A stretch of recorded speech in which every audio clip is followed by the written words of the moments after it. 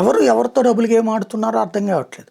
ఆ మధ్యన జర్మనీ దగ్గర ఉన్నటువంటి ఆ పైప్ లైన్ని ధ్వంసం చేసింది అమెరికా, పేరేమో నెపమేమో రష్యా మీద వేసింది. రష్యా ఉక్రెయిన్ యుద్ధం ప్రారంభమయ్యాక యూరప్ దేశాలని తన మీదనే డిపెండ్ అయ్యేలా చేసింది. అలా ఇప్పుడు కూడా అట్లాగే ఏమైనా చేస్తుంది అమెరికా.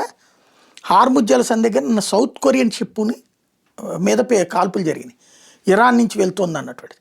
అది ఇరాన్ చేసిందని అమెరికా చెప్పింది. లేదు మాకు సంబంధం లేదని ఇరాన్ చెప్తుంది. అంటే అమెరికానే డబుల్ గేమ్ ఆడుతుందా, వాళ్ళని రక్షించే పేరుతో కాల్పులు చేస్తుందా? నెంబర్ 1.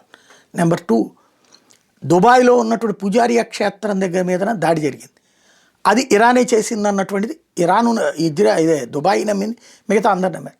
ఇరాన్ దాన్ని తోసిపుచ్చింది.